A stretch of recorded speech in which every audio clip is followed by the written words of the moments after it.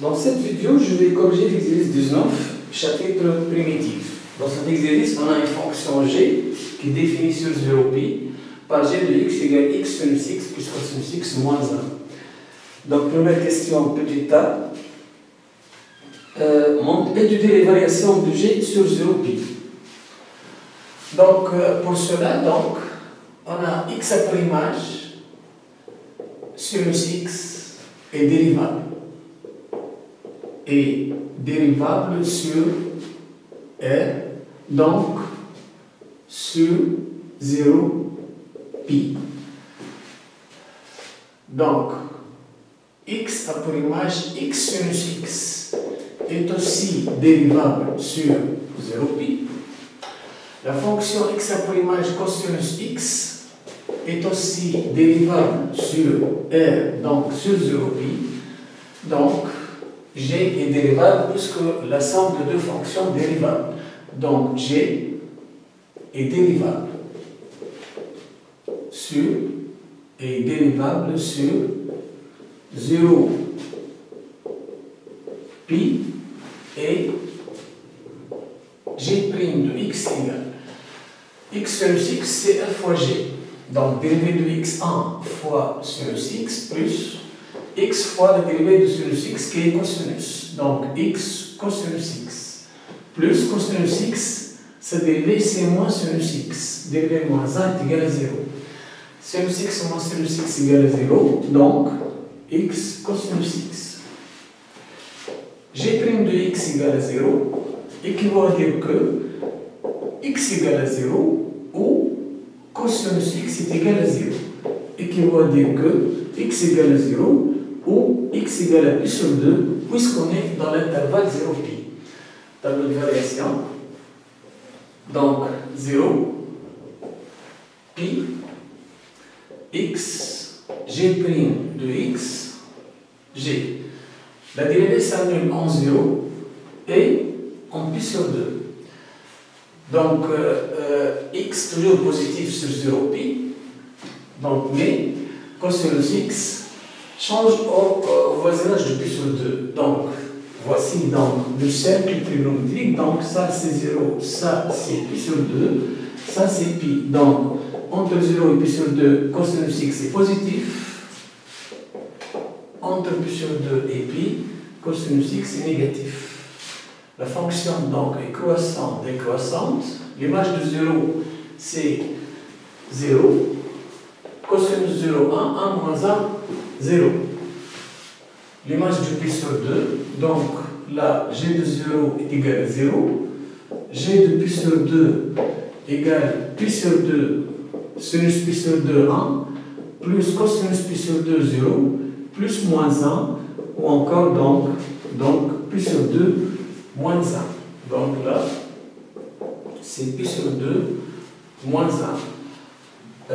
L'image du pi, g de pi égale pi sinus pi 0, cosinus pi moins 1 qui est égal à moins 2. Donc là, c'est moins 2. Et voici donc le tableau de variation de g. Petit b, montrer que l'équation g de x égale à 0 admet une solution alpha appartenant à 2 pi sur 3 pi. Donc ici, je vais m'intéresser à l'intervalle 2 pi sur 3 pi. 2 pi sur 3, l'angle de pi sur 3, c'est entre pi sur 2 et pi. Donc je vais déterminer l'image de 2 pi sur 3.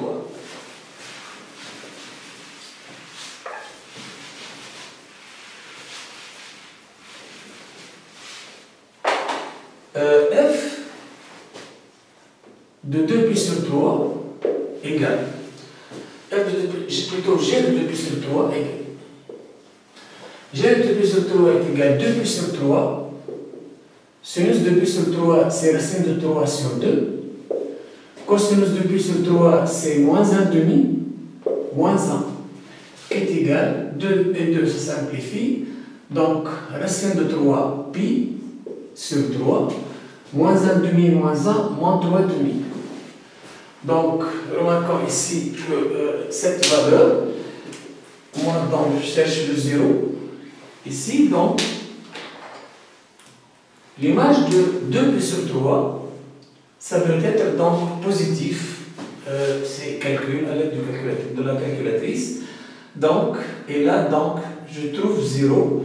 L'antécédent de 0, c'est alpha. Donc, l'existence de alpha comme solution.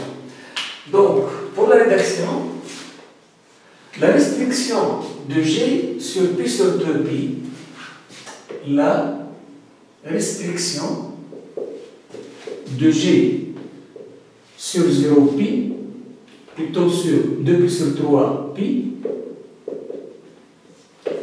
est contenue strictement décroissante. Donc, bijection, pour pouvoir parler d'une stricte association. G de x, plutôt G de 2pi sur 3 fois G de pi est négatif, puisque G de pi moins 2, G de 2pi sur 3 positif, ça nous donne donc G de x est égal à 0. Admet une solution unique alpha appartenant à l'intervalle 2pi sur 3 pi. Donc alpha est dans l'intervalle 2pi sur 3 pi. Précisez le signe de G. Bon, pour le signe de G,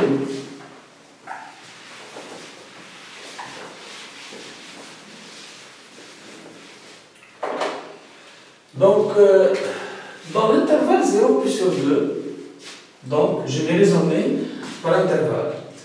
Donc, dans l'intervalle 0 pi sur 2, sur 0 pi sur 2.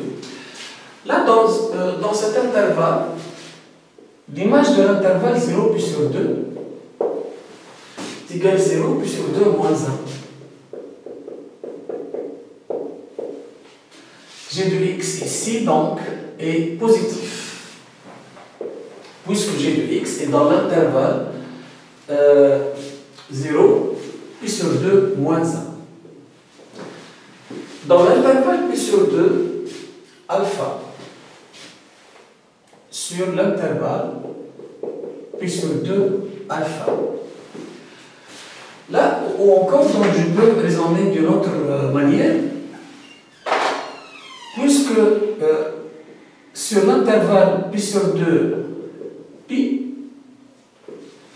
la fonction est strictement décroissante. G est strictement décroissante. Donc, si x inférieur à alpha, supérieur à pi sur 2, en introduisant une fonction strictement décroissante, G de x devient supérieur à G de alpha. Donc, G de x supérieur à 0.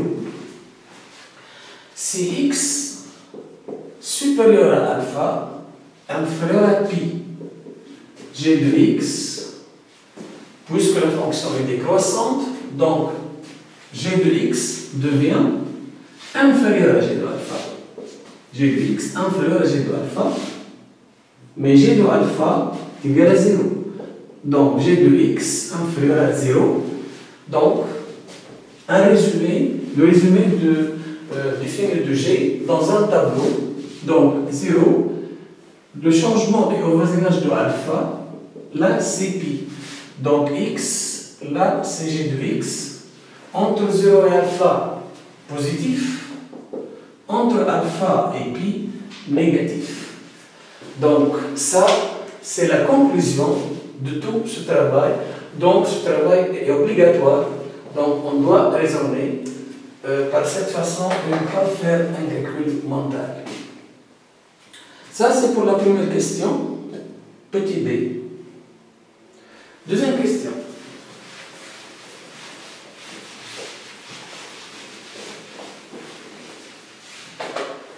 Donc, on aura besoin par la suite du signe de G, donc G de x est positif sur 0 alpha, g de x est négatif sur alpha pi. La deuxième question, donc une deuxième fonction f. F de x est égal à 1 moins cosinus x sur x, 1 moins cosinus x sur x, lorsque x appartient à 0 pi ouvert en 0. Donc, x appartient à 0 pi. F de 0 est égal à 0 si x est égal à 0. Première question, étudier la continuité et la dérivée de f en 0. Donc, deuxièmement, A. La continuité et la dérivée donc, en 0 doit être faite par la limite. Donc, je vais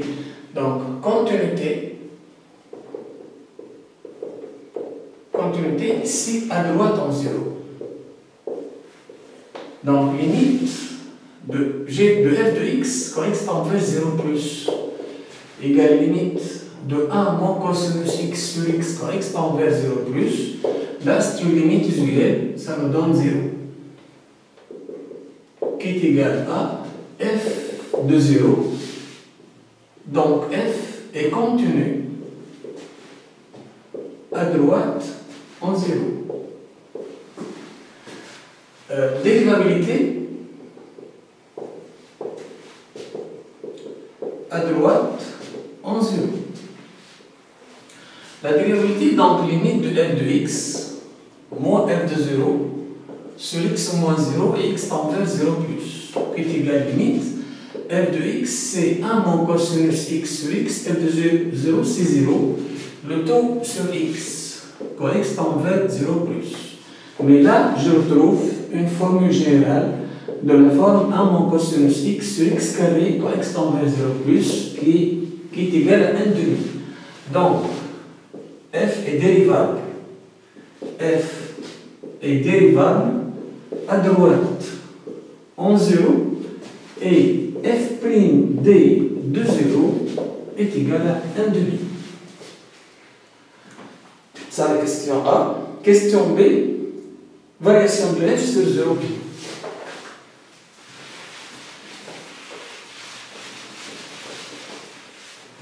Donc pour les variations de f, deuxièmement B. Donc on a parlé déjà de la dérivabilité à droite de 0. Donc maintenant c'est sur 0 pi ouvert en 0. Donc sur l'intervalle 0 pi ouvert en 0. Donc x à l'image 1 moins cosinus x est dérivable sur tout r. Donc on aura besoin que 0 pi. X différent de 0, quel que soit x appartient à 0 pi, donc f est dérivable sur 0 pi ouvert en 0 et f' de x égale. Donc, la formule f sur g, la dérivée de 1 moins cosinus x, c'est la dérivée de 1, 0, moins cosinus x, moins plus, donc c'est sinus x, fois x, moins, la dérivée de x1 fois 1 moins cosinus, donc moins 1 plus cosinus x, le tout sur x au carré. Mais x sinus x moins 1 plus cosinus x, c'est tout simplement g de x sur x carré.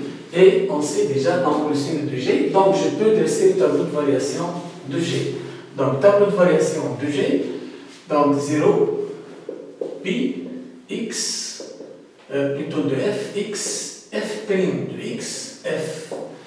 Le signe de g change au voisinage de alpha, positif, négatif, positif entre 0 et alpha.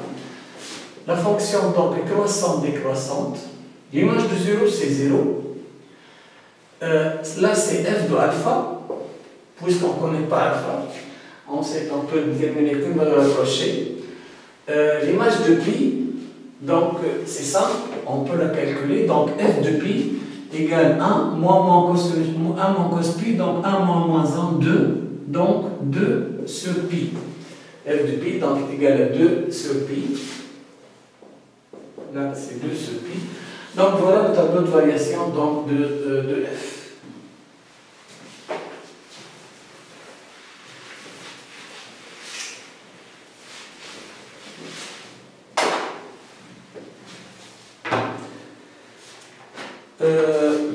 Petit c, vérifiez que f de alpha égale sinus alpha.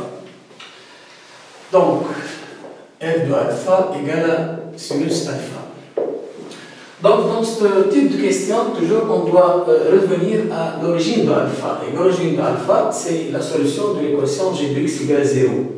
Donc, je peux dire donc que g de alpha est égal à 0. Donc, g de alpha égale à 0. Donc, alpha sinus alpha plus cosinus alpha moins 1 est égal à 0. Je vais déterminer là cosinus alpha moins 1 puisque dans l'expression de f, on a 1 moins cosinus alpha. Donc, alpha sinus alpha égale 1 moins cosinus alpha. Donc, f de alpha égale 1 moins cosinus alpha sur alpha qui est égal à 1 moins cosinus alpha égale à alpha sinus alpha qui est égal à alpha sinus alpha sur alpha qui est égal à sinus alpha. On donne alpha égale 2,34, vous le rapprochez, donc alpha égale à 2,34 et f de alpha égale à 0,72. F de alpha égale à 0,72. Construire la courbe représentative de f dans un répertoire origine. Donc, la construction, donc ici, donc, on a donc l'image de 0, c'est 0. L'image alpha, c'est après 2,34. Donc, 2,34, là, c'est alpha. L'image de alpha, c'est 0,72. Donc là, j'ai une tangente horizontale. Donc, une tangente horizontale. Au point O, on a trouvé la dérivée f'd de 0 est égale à 1,5. Donc, je dois tracer donc, la pente donc, au point O. Donc, la pente est 1,5. Donc, voilà donc, la direction de la courbe. L'image de pi, c'est 2 sur pi. 2 sur pi. Donc, pi, c'est 3,14. Donc, 1, 2, à peu près, donc, 3,14. L'image de pi, c'est 2 sur pi, c'est 2 sur 3,14. C'est un peu moins que 1. Donc, disons, c'est à peu près comme. Donc voilà donc la construction de la courbe de f. Mais remarquons qu'ici, on aura besoin aussi de la direction en ce point. Là, je dois déterminer f' de pi. Donc f' de pi, je dois revenir donc à f' de pi égale à g de pi sur pi carré. Puisque f' de x, c'est g de x sur x au carré, g de pi, sinus pi 0, cosinus pi moins 1, moins 1, moins 1, moins 2, égale à moins 2 sur pi au carré. Donc, vous voyez, donc, la pente est négative. C'est pourquoi, donc, la fonction, donc, c'est appelé, donc, disons, comme ça. Donc, mais, de toute façon, cette direction, on doit la déterminer et on détermine la direction en utilisant la dérivée. Donc c'est f', disons c'est f'g de pi, puisque à gauche de pi. Là, donc, c'est pour la construction. Quatrième question. Déduis ce qui précède que la restriction de f à alpha pi est une bijection de alpha pi sur un intervalle j que l'on précisera. Donc, sur alpha pi,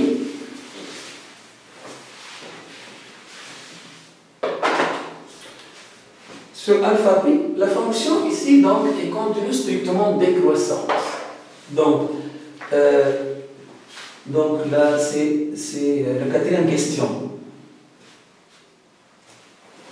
Donc, quatrième question. Donc, la restriction de f sur alpha pi est continue, strictement décroissante. Donc, elle réalise une bijection de alpha pi sur f de alpha pi qui est égal à 2 sur pi f de alpha c'est sinus alpha. Vous trouvez que f de alpha égale sinus alpha. Donc, elle admet une fonction réciproque. Donc ici, on a demandé donc juste la bijection. Donc je vais m'arrêter là. Donc en fait, elle admet une fonction réciproque, mais la question donc, ne demande pas ça. Cinquième question. On pose h de x égale g de x. H de x égale g de x moins 2 cosinus x. G de x moins 2 cosinus x. X appartient à 0 pi.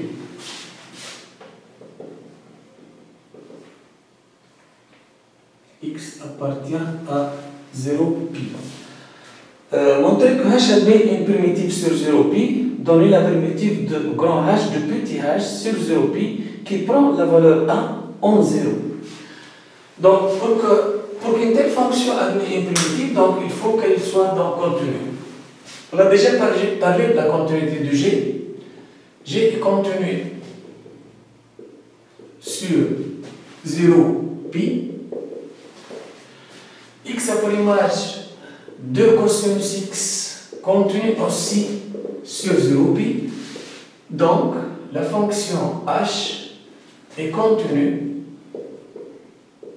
sur 0 pi, donc h admet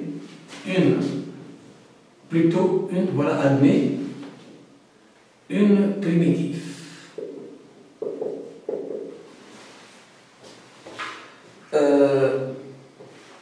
Admet des primitives. Puis par la suite, donc on va donner une primitive qui s'appelle comme ça. Donc on va appeler grand H primitive. Donc grand H primitive de petit h tel que grand H de 0 égale à 1. Donc grand H, la primitive de h sur 0 pi qui prend la valeur 1 en 0. Donc h0 égale à 1. Déterminant donc h, petit h de x égale à quoi? Égale à g de x moins 2 cosinus x égale g de x. G de x c'est x sinus x plus cosinus x moins 1 moins 2 cosinus x qui est égal x sinus x. Cosinus x moins 2 cosinus x, c'est moins cosinus x, moins 1. Remarquons ici que donc on est très proche de la formule dérivée d'un produit, puisque le produit c'est f fois g, c'est f prime g plus g prime f. Donc je vais essayer de trouver donc le produit de deux fonctions. Remarquons ici que je vais mettre moins avant les parenthèses. Donc, on va trouver donc ça, c'est x, c'est moins x sinus x, plus cosinus x moins 1, qui est égal. Là, c'est la dérivée de cosinus x, c'est moins sinus x, plus la dérivée de x fois cosinus x. Donc, ça n'est autre que x cosinus x, le tout pris, moins 1. Donc, la dérivée de x cosinus x, la dérivée de cosinus x, c'est moins sinus x fois x, voilà, c'est moins sinus x fois x, plus la dérivée de x, c'est 1 fois cosinus x, voilà cosinus x. Donc, ainsi, donc, on obtient donc une primitive connue. Donc, grand h de x égale à quoi? Donc, égale à moins x cosinus x moins 1. Donc, ça devient donc moins x, puisque la primitive de moins 1, c'est moins x, bien sûr, plus constante. La constante, on va déterminer en utilisant le fait que h de 0 égale à 1. Donc, puisque h de 0 est égal à 1, je remplace par 0, 0, 0, c est égal à 1. Donc, c est égal à 1, et par la suite, h de x est égal à moins x cosinus x, moins x cosinus x, moins x, plus 1, puisque la constante ici donc est égale à